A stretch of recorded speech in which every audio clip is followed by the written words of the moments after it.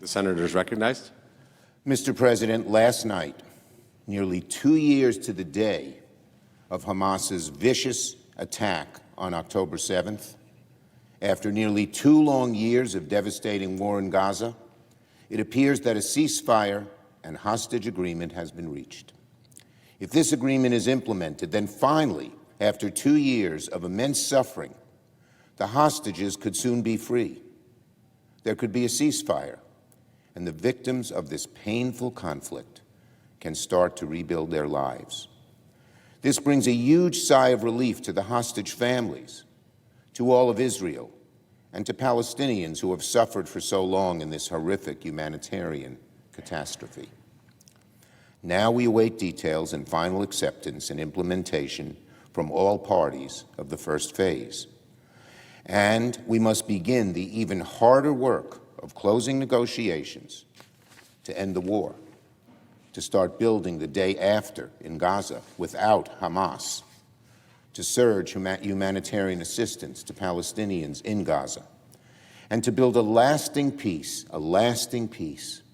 that ensures security and dignity for Israelis and Palestinians alike. This morning, I hope and pray that all of the hostages are released, including the deceased hostages. I will never give up until all the hostages are home, including the remains of my constituents, Omer Nutra and Itai Chen. I've gotten to know their families well over the last 2 years, and I share their desperation to bring them home for proper burial and closure. The work is not over, but any step to end this nightmare is one that should be celebrated and carefully implemented. Now on the shutdown and the Trump administration. The federal government has now been shut down for more than a week, but Donald Trump, Speaker Johnson, and Republicans in Congress are nowhere to be found. Instead of playing with people's lives, Donald Trump and Republican leaders in Congress need to sit down with Democrats and have a serious negotiation to fix health care and reopen the government at once. Workers are starting to miss out on paychecks. Seniors are worried about delays at the Social Security Administration. Small business with government contracts are in the dark. We need to end this shutdown as soon as possible.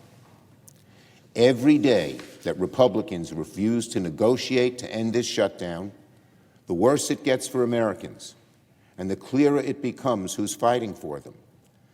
Each day, our case to fix health care and end the shutdown gets better and better, stronger and stronger, because families are opening their letters, showing how high their premiums will climb if Republicans get their way. They're seeing why this fight matters. It's about protecting their health care, their bank accounts, their futures. But Republicans are absent. The House is literally on vacation. And Donald Trump, meanwhile, continues to play with people's lives and threaten mass layoffs for federal workers.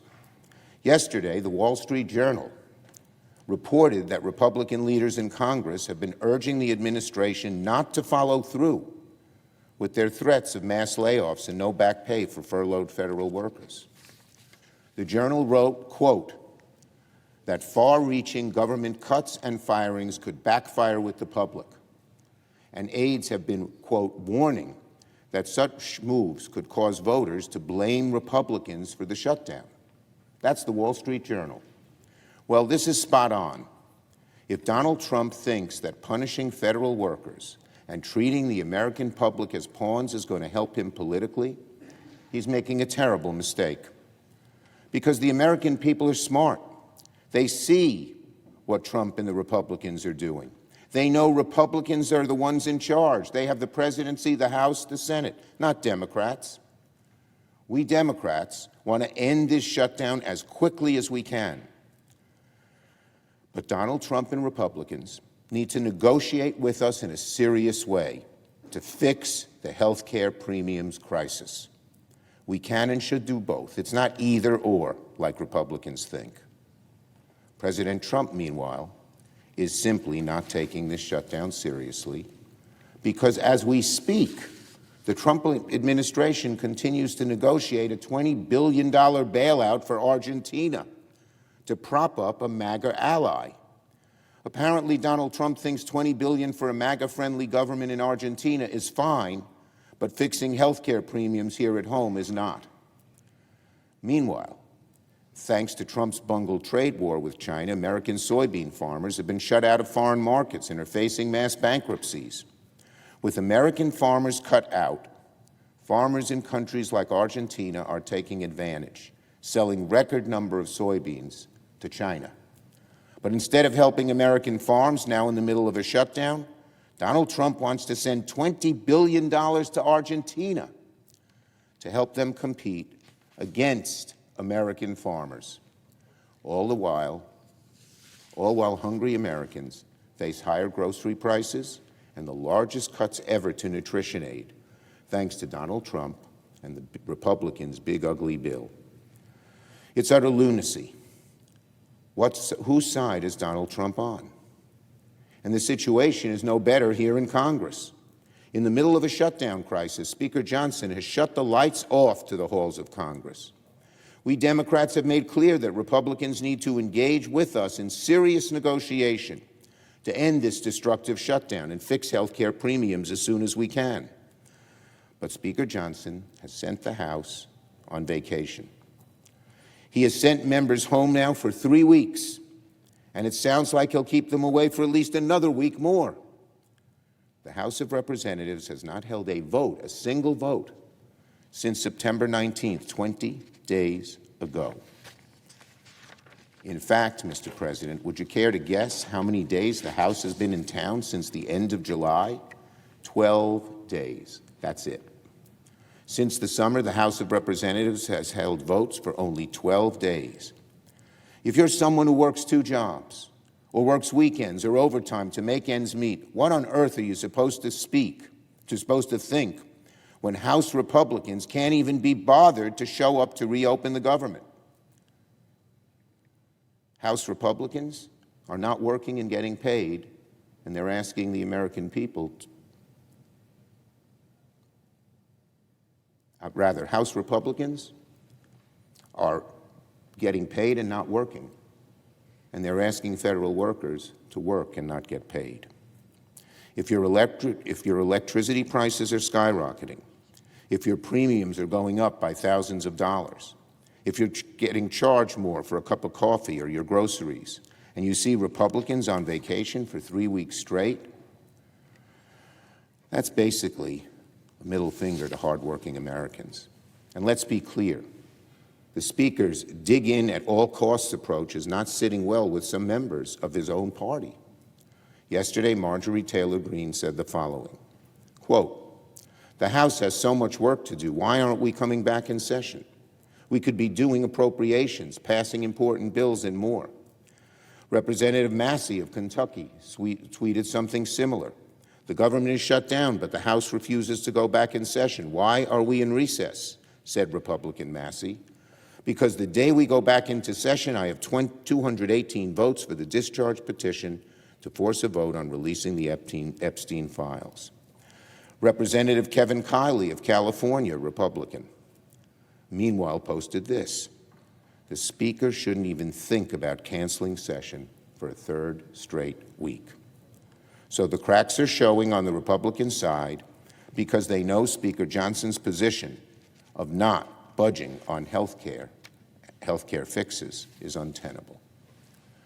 And in Louisiana, I would have thought that of all people interested in fixing ACA premiums, it would have been a representative from the state of Louisiana. Yesterday, I read a sobering report from the Times-Picayune saying that, quote, "Louisiana stands to lose the most if the ACA premium tax credits expire." According to that report, 85,000 Louisiana residents will lose health insurance. Many will see their premiums skyrocket. The average 60-year-old Louisiana couple making $85,000 a year would see insurance costs rise from $600 a month to $2,000 a month. Hear that, Mr. Speaker? That's your constituents. Good Americans in your own state will suffer the most if the ACA premiums expire. People will go bankrupt. People will get sick. People will die, all because the Speaker chose to keep the House on vacation rather than come to work and negotiate with Democrats to fix this health care crisis and end their Trump shutdown. Shameful. We urge Republicans to back away from their corner and have serious negotiations with the American negotiations that the American people deserve and expect before people get sick and go bankrupt. Now, finally, on a different, more somber but grateful note, last month the Senate lost a beloved member of our family, Kevin McDonald. Kevin served as the scheduler for our former colleague, Senator Patrick Leahy, for over 30 years. And I know Patrick would be the first to admit that he wouldn't have had the great career he did without Kevin by his side. I'm sure there were many days when I called Patrick 10 or 20 times, I still remember his phone number, or asked him to rush to my office in the middle of something else, and made Kevin's life hell trying to keep his schedule. But Kevin, the consummate professional he was, always found a way to make it work. He made the hardest days feel easier. He made the busiest days feel smoother. And everyone who knew him, whether you were a senator, a staffer, a parking attendant, a police officer, everyone just loved to be around him. He was the life of every party. He lit up every room he walked into and had an innate ability to turn friends into family. Mr. President, before I begin, I want to mention the very welcome news that the first phase of the historic Israel-Gaza peace plan brokered by President Trump and his administration, working with allies and partners in the region, has been agreed to. This will finally mean the release of all remaining hostages, living and dead, who have been held by Hamas since its October 7, 2023 attack. It is vital that Israel, and especially Hamas, implement the terms of this agreement as quickly as possible so that this can truly mark the beginning of an end to the bloodshed. I hope a lasting peace for this most war-torn of regions. In addition to both sides adhering to all agreed-upon terms, true peace will also require that there is never again a threat to Israel emanating from Gaza. This means that Hamas must disarm and relinquish any role in governance of the Gaza Strip. And I know the President and Secretary Rubio continue to work relentlessly to pursue peace and to make this a reality. Mr. President, I am grateful for this news, and my prayers today are for the successful release of all hostages, the success of this agreement, and the protection of all innocents in harm's way. Mr. President, we are now 9 days into the Democrats' government shutdown. 9 days in which Democrats have had multiple opportunities to support a clean, nonpartisan CR sitting right here at the Senate desk to reopen the government. Something that's been passed by our colleagues in the House of Representatives that has achieved 55 senators, Senate majority, out of 100 senators, 55 senators support this 24-page resolution sitting at the desk, which could open up the government today, because soon as the Senate passes it, the President will sign it into law. And Mr. President, this is the same nonpartisan measure that, as I said, passed the House 3 weeks ago. No partisan riders, no gimmicks, no partisan policies, Republican policies, anything like that. A simple resolution, 24 pages long, to open up our government and make sure that the federal employees and the American people who depend upon them get paid. Mr. President, the President's ready to sign it. All it takes is a handful of Democrats. There are 3 Democrats who have already supported this clean continuing resolution. Just a handful more, and we can end this shutdown in a matter of hours. 55 senators, a Senate majority, a majority of the 100 United States senators, majority in the House of Representatives, The President of the United States is prepared to sign it. That's how straightforward this proposition is. And we've already seen, Mr. President, plenty of negative impact from the Democrat shutdown. But a whole new wave of pain begins tomorrow if Democrats don't act. Because if we fail to fund the government by the end of the day today, American service members will begin going without their paychecks starting tomorrow. That's right, Mr. President. If Democrats can't bring themselves to reopen the government by the end of the day, our troops, the people who protect and defend this country, will start missing their paychecks. To say that that's unacceptable is an understatement. Many of our service members are serving in harm's way at this very moment. All of them stand ready to rush into danger at a moment's notice to protect the rest of us. They and their families make numerous sacrifices to serve our country. The very idea, Mr. President, that they won't get a paycheck because Democrats can't bring themselves to accept a clean, nonpartisan CR is beyond the pale. Mr. President, if the government remains shut down after today, instead of getting our troops paid, they're going to have to continue stretching what money they've saved. And unfortunately, Mr. President, sometimes that's not very much. As one advocate for military families put it, and I quote, "This isn't just a financial hardship. It's destabilizing for households and military readiness alike." Military readiness. Many families have already begun to visit food banks near bases. And it's even harder on families with a loved one who's deployed. Amy Palmer, who runs an organization that helps military families in Colorado, said families of the deployed, and I quote, "are having to navigate this alone. They're used to getting the paycheck and paying bills on behalf of their entire family. And with that service member deployed and not really having that support system from them, it is really hard," end quote. Well, Mr. President, it's not just our troops who are going to be missing a paycheck. Civilian workers will also be missing part of their pay starting this Friday, including law enforcement officers like the members of our very own Capitol Police. Food banks and other nonprofits around the country are bracing for increased demand from federal employees, especially here in the National Capital Region. I remember when a Democrat leader was a passionate opponent of government shutdowns because of their impact on federal workers. I'm pretty sure that was just about 6 months ago. Other Democrats used to be concerned about the impact on federal workers as well. A few years ago, our Democrat colleague from New Jersey, himself a former career federal worker, had this to say, and I quote, "I worked through multiple shutdowns, including, having to work and show up every day without getting paid. I mean, it's just so scary to think of the fact that this is going to hurt people," end quote. Yet Democrats aren't showing the slightest interest in reopening the government to ensure our troops and federal employees get paid. Mr. President, later today, we're going to have another vote on the clean continuing resolution to open up the government.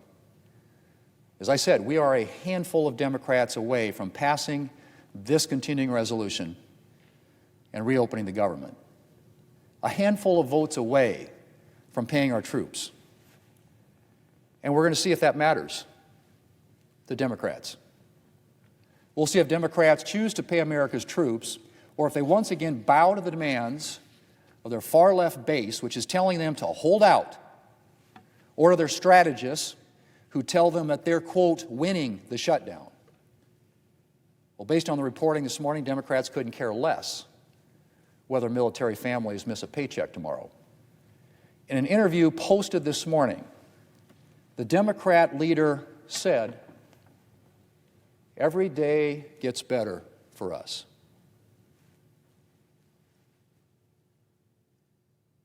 Every day gets better for us.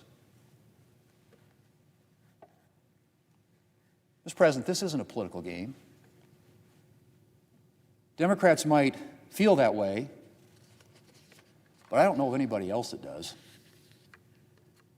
Mr. President, the longer this goes on, the more the American people realize the Democrats own this shutdown. A Morning Consult poll finds that, and I quote, voters increasingly blame Democrats for the government shutdown, end quote. In the latest Harvard-Harris poll, 65% of voters think Democrats should reopen the government instead of holding out for their partisan demands. But Democrats are apparently being told to hold the line by their far-left base, and so this shutdown drags on. Mr. President, we can solve the issue of troop pay and every other problem we're seeing today, by passing this clean, nonpartisan CR and sending it to the President. He's ready to sign it. If Democrats would only agree, we could reopen the government in just a few hours, literally. Pay our troops, pay our federal workers, and stop this madness and this notion that somehow in this political game, the Democrats believe, according to their leader, that every day gets better for us. Had a meeting a week ago to sit down at the White House, at the Oval Office, to try to negotiate a bipartisan spending agreement to, at the time, avoid a shutdown and also to address the Republican health care crisis. Unfortunately, subsequent to that Oval Office meeting, the Republican behavior has been erratic at best. Subsequent to that White House meeting, all we saw from President Trump were deep fake videos, threats to cancel projects, promises made to engage in mass firings, Republicans in the House continuing to be on vacation all across the country, and Leader Thune engaging in the classic definition of legislative insanity, which is doing the same thing over and over and over again, bringing the same partisan Republican spending bill to the Senate floor over and over and over again and expecting a different result. Things are not going to change until Republicans actually decide to get serious about a bipartisan negotiation, because our position has been well articulated in defense of the American people: cancel the cuts, lower the costs, save health care. Leader Jeffries, have you spoken with Speaker Johnson about Congresswoman-elect Adelita Grijalva? Is he setting a precedent here that you could follow? Well, Representative-elect Adelita Grijalva should be sworn in now. Should have happened this week. It should have happened last week. It needs to happen next week. Leader Jeffries, thank you, Mr. Leader. You mentioned that you're willing to sit down with the Trump administration. You say that it's going to be up to President Trump to give Speaker Johnson and Leader Thune marching orders on how to resolve this issue.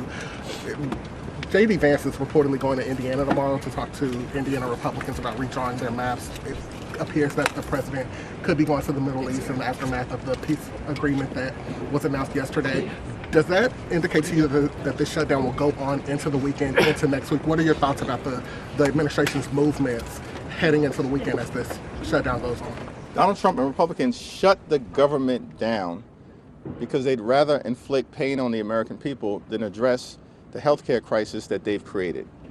And the behavior that we continue to see, including the vice president apparently traveling to Indiana to try to rig the congressional map as part of their effort to steal the midterm elections, again reinforces the lack of seriousness in terms of their behavior, particularly as it relates to reopening the government or making sure that our military troops who are in harm's way are actually paid.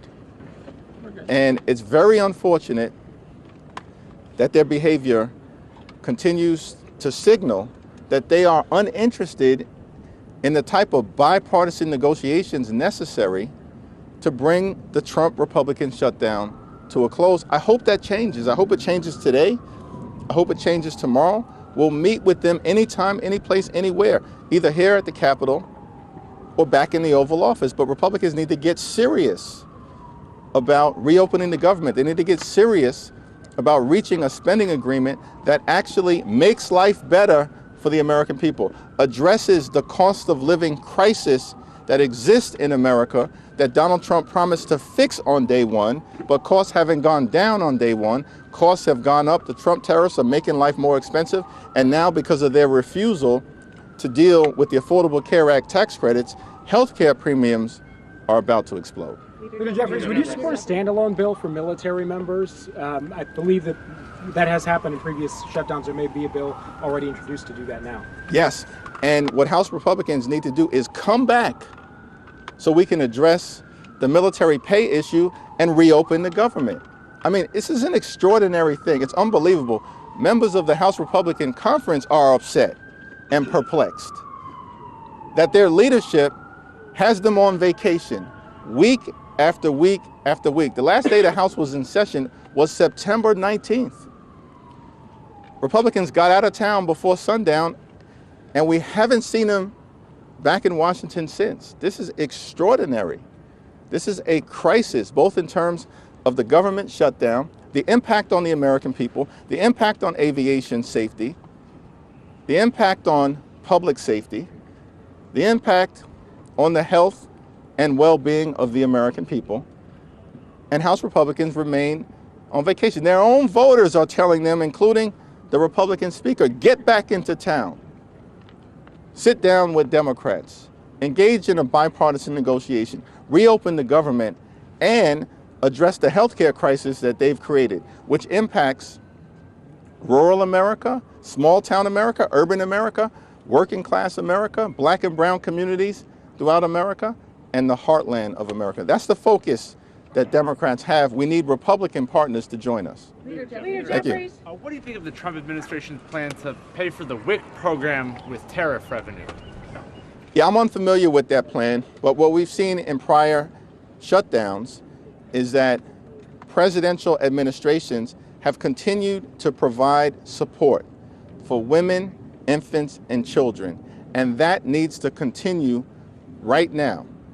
And to the extent that anything different happens, it will be another example of the Trump administration using the shutdown to continue to inflict cruelty on the American people. It's the reason why the American people know who's responsible for shutting the government down and know that Republicans have been unserious to date about reopening it.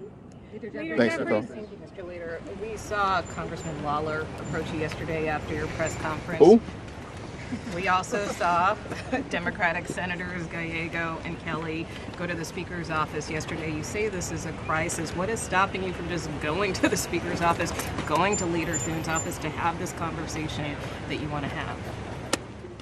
Well, it takes two to tango, and at the end of the day, we have continued to make clear that we will sit down with the Republican Speaker, with the Republican leader, with President Trump once again, with Vice President Vance, with people from the administration to resolve this crisis. But we actually need Republicans to decide to get serious. Understand, it's important for the American people to understand, they have the House, the Senate, and the presidency. This is Republican complete control of government. And from the very beginning of this presidency, they've taken a my way or the highway approach, a go-it-alone approach. It's not working out for the American people, and the American people know that things in this country are moving in the wrong direction, not the right direction, and that Republicans have complete control of government, that costs have gone up, not down, life is more expensive, that the healthcare crisis will be devastating to their ability to actually be able to see a doctor when and where they need it for themselves, their children, and their families. And as Democrats, we actually have come to the conclusion that we're trying to help them address the mess that they've created, because dealing with this issue related to healthcare costs, healthcare access, hospital closures, nursing home closures, community-based health centers closing in rural America, in red states, along with purple states and blue states, is just good for the country.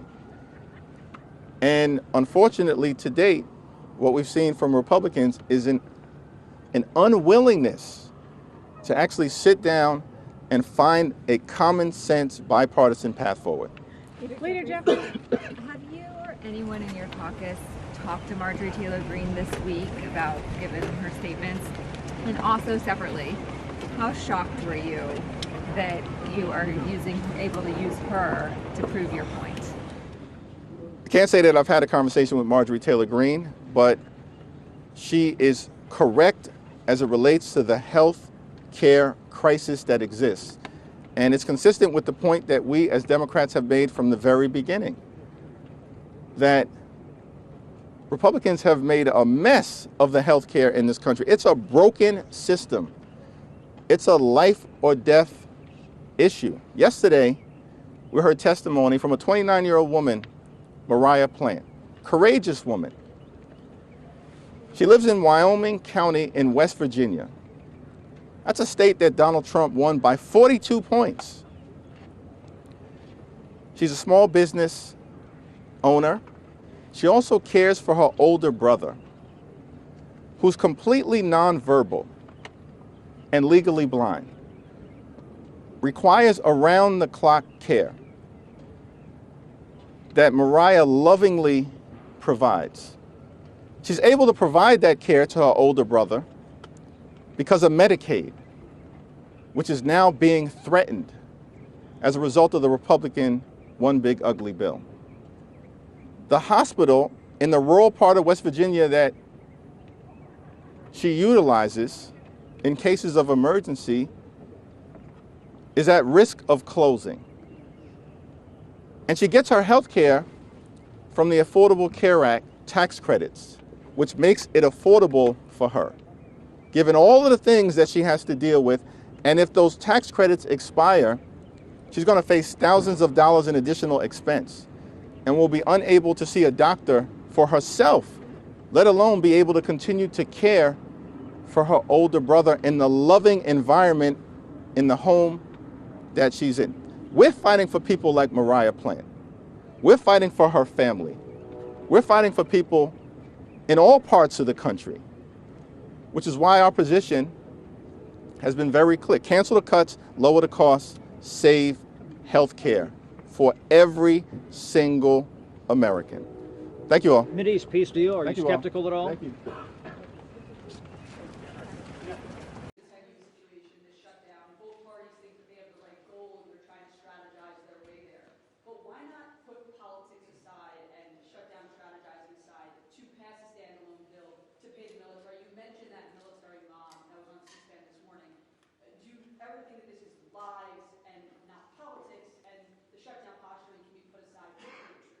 I'm so glad you asked the question. We're not pursuing a political strategy. The CR is clean. It doesn't have any Republican priorities on it at all. In fact, we're extending Biden-era policies and spending. It's exactly what Chuck Schumer gave you impassioned speeches on as recently as March of this year, that must be done, that you don't play games with people's lives. They're the ones playing politics, not us. I've explained this, and I'll say it again. If there was something that we could peel off of the CR, if I could take a Republican priority or policy or trick or gimmick off the CR and make it more palatable for the Democrats in the Senate to vote for, I would have already done so. But I didn't send any of that on. We sent a totally clean document over there because we're operating in good faith. What's our goal, our strategy? To keep the lights on for the people of this country so that we can have their Congress working to resolve all these issues. They're trying to make this about health care. It's not. It's about keeping Congress operating so we can get to health care. We always were going to. They're lying to you, okay? The health care issues were always going to be something discussed and deliberated and contemplated and debated in October, November. It always was. Everybody in the building knows that. It's going on right now. There are conversations that have been going on for months leading up to this. They're lying to you. They're playing political games. They're trying to pretend that a December 31 policy issue has something to do with the fiscal cliff that we faced on September 30th with a shutdown. And they're doing that out of desperation. Why? Because their policies are so unpopular.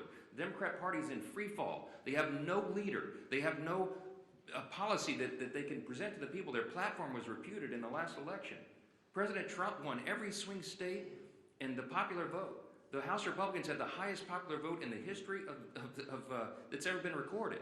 Why? Because the American people rejected the woke progressive nonsense that they're all still clung to. So they don't have anything. I mentioned yesterday, they just had a poll. The Democrat Party has the lowest approval rating of any time since polling began. So what do? They're desperate. There's a rising Marxist wing in the Democrat Party. They're about to elect a mayor of New York City. Chuck Schumer's from New York. He sees a rising Marxist challenge to himself. And there's one thing that Chuck Schumer cares about more than anything else, and that is his Senate seat. The guy's been in Congress for 44 years. He doesn't know how to live life outside this building, and so he will do anything to make sure that he keeps that seat. He thinks the AOC is going to challenge him or some other Marxist. I'm just telling you the plain truth, and I take no pleasure in this. I'm trying to muster every ounce of Christian charity that I can, but this is outrageous. He's playing games with the American people. Real people are being hurt, veterans and troops and everybody, people that rely on these services. God bless America. Do the right thing and open the government. Yes. Yeah. If the goal is to keep the lights on and to protect these veterans and military and service members who are being hurt, why not put a standalone military pay bill on the table? We have already voted to pay the troops. We did it 3 weeks ago. We put that bill on the floor, and the Republicans voted to pay the troops, TSA agents, Border Patrol, Air Traffic Patrol, and everybody else. The Democrats voted no. Go pull the record. It was 3 weeks ago. We had the vote. Only one Democrat voted with us to pay the troops. We've done it. The House has done its job. The reason the House isn't here in regular session is because they turned the lights off. We passed the bill, pay the troops, pay all these essential workers, provide services to the American people. We sent it over there clean. It's 24 pages. It's a bare bones document. It has no Republican priorities on it at all. It's exactly what they voted for before. And they decided to turn this into a political stunt. So coming back here and doing it and having a duplicative vote to do the same thing they already did would accomplish nothing. Because Chuck Schumer's going to stop it in the Senate. They're playing games. He's enjoying it. He told you in his own words, every day of the shutdown gets better for us. Golly, it's despicable to me. Yes, last question. Yesterday you came out and engaged Senator Gallego and Kelly. You called this a photo op. Publicity stunt. You called this a publicity stunt. Yesterday Mr. Lawler went down and confronted Mr. Jeffries afterwards. I guess my question was, you as the Speaker, considering how the tensions are rising in the building, if you had the House here, everybody here, there would be fights in the hallways. Are you concerned, and is it incumbent upon you as the Speaker to try to lower this temperature? When we see what happened outside your office yesterday, you engaged with the senators, Mr. Lawler coming downstairs and engaging with Mr. Jeffries, who, he really gave it back to them. But I've not seen that type of confrontation in this building in my 30+ years. I haven't either, Chad, and it concerns me. I've been here longer than you. I know you have. Look, since I got here, January 2017, I've been working on restoring civility to the institution. The first thing I ever did in Congress was draft the Commitment to Civility. I was proud that 52 out of 53 members of my freshman class, as I remember, signed on to that. Republicans and Democrats. Treat one another with dignity and respect. Let's have policy disputes, but not make it personal. This gets personal. Emotions are high. People are upset. I'm upset. I'm a very patient man, but I am very angry right now because this is dangerous stuff. And so, is it better for them probably being physically separated right now? Yeah, it probably is, frankly. I wish that weren't the case. But we do have to turn the volume down. The best way to turn the volume down is to turn the lights back on and get the government open for the people. Do the right thing. We need 5 Senate Democrats. Remember, it's math. We have to have 60 votes in the Senate to do this. Every Republican in the building is voting to open the government. The president wants to open the government. We need a few more Democrats because we only have 53 Republicans in the Senate. We got to have a handful of Democrats to join and do the right thing, and I hope they. What do you see on the other screen? Democrats playing games with the lives and livelihoods of the people we represent. They have now voted in the Senate. The Senate Democrats have voted 6 times to keep the government shut down. And I just want to tell you one of the most outrageous things I've seen since I've been following politics in the mid-'80s when I was a kid in the Reagan era. Chuck Schumer did an interview last night and bragged, this is what he said, quote, he had the audacity to say, quote, every day of this shutdown gets better for us, his party. I don't even know how to comment on that. It's so stunning to me how callous he can be to play political games and use American citizens as the pawns in a political game. We're in day 9. The consequences of this Democrat shutdown are very real, and he can mock it and he can pretend like it gets better for him. It doesn't. It doesn't get better for the country. Right now, half our civilian federal employees are on furlough. real, vital, critical services that American citizens in all categories rely upon are halted. And when we talk specifically about our military, right now service members, military personnel at home and abroad, as well as Border Patrol agents, TSA, air traffic controllers, they're all working without pay. I was on C-SPAN this morning on that program they do in the morning where American citizens call in. They have a Republican line, a Democrat line, an independent line. One of the callers called in and she was so upset. She's a young military mother. And she has 2 special needs children, as she told her story. In tears, she's so angry, and so am I, that their services are being delayed. I mentioned here at this podium last few days, I mean, I have a big military district in Louisiana's 4th District. We have Fort Polk in Barksdale Air Force Base, lots of airmen, lots of soldiers. Many of them are deployed right now, defending your freedom around the world. And they've left their young families at home. They live paycheck to paycheck, many of these service members. And this is not a game. Chuck Schumer thinks it is. He says, quote, every day of the shutdown gets better for us. What the heck is he talking about? All of us on this side, we're kept up at night. This is a sad situation, and we've got to get through it. Almost 3 weeks ago, just by way of quick review, the House did its job. We did the responsible thing. We passed a clean, continuing resolution, no frills, nothing to it, 24 pages, bare minimum, to keep the lights on, so that Republicans and Democrats can do their work, and get together and do this job, to deliberate and negotiate and go through the process that Congress does on everything all the time, to work on all these issues. We voted to keep critical programs funded, and that ensures federal workers get paid, that our troops and TSA agents and Border Patrol and many more get their paychecks. We had that vote almost 3 weeks ago. Virtually every Republican voted to keep the government open and to make sure those paychecks are done. The Democrats in the House, all but one, voted to close the government and, by extension, stop paying troops, stop paying TSA agents, Border Patrol, air traffic controllers, and all the rest. We've done our job, and the Democrats need to do theirs now. That ball has been sent to the other court. That is the place where it lands right now. 6 times, I remind you, they voted to shut it down.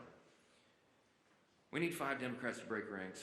We need 5 of them to wake up and come to their senses and do the right thing for the American people. How long are they going to allow this pain to be sustained? I talked with the president last night. He called me after the peace deal was done, and he and I both lament, we all do, this terrible situation that we're in. While we're working to do all these positive things for the people and even settle conflicts around the world, the Democrats are playing games. It's political theater to them. They've reduced Americans' pain to a political prop. I'll just say this briefly. I'm going to let the other leaders speak here, but just a few things that you've seen. While we're doing all this work, we're working around the clock to deliver on all these things I've just listed. Democrats are playing games. They film themselves wandering the Capitol, beating on doors and posting flyers and pretending to look for their colleagues. They hosted a live stream. Oh, it's so embarrassing. House Democrats, they hosted this live stream where they ate candy and told terrible jokes to each other. They had an audience smaller than this room for the whole country. The leader of the Democrat Party is bragging about the cost that this is being borne by the American people. And just yesterday, I had 2 Democrat senators come over and stage a failed publicity stunt outside my office. I heard about it, walked out and confronted them and set them right on the truth. They came to this side of the Capitol to try to put on a little political show for their online audience, and then they walked right back over there and voted for the 6th time to keep the government shut down. Give me a break. Democrats seem to be doing everything except the one thing that Americans desperately need and deserve, and that's passing our clean CR to get the government operating again. That's all we're asking of them. Stop the political stunts. Stop the madness. Stop saying that you're enjoying inflicting pain on the American people, for goodness sakes, and pass the clean CR in the shutdown today. I'm going to turn it over first to our chairman, Chairman Mike Bost. He, as you know, works on all things regarding American veterans. He's the chairman of our committee that handles all of that. And we just wanted him to talk specifically about the costs that are being borne by our veterans because the Democrats shut down.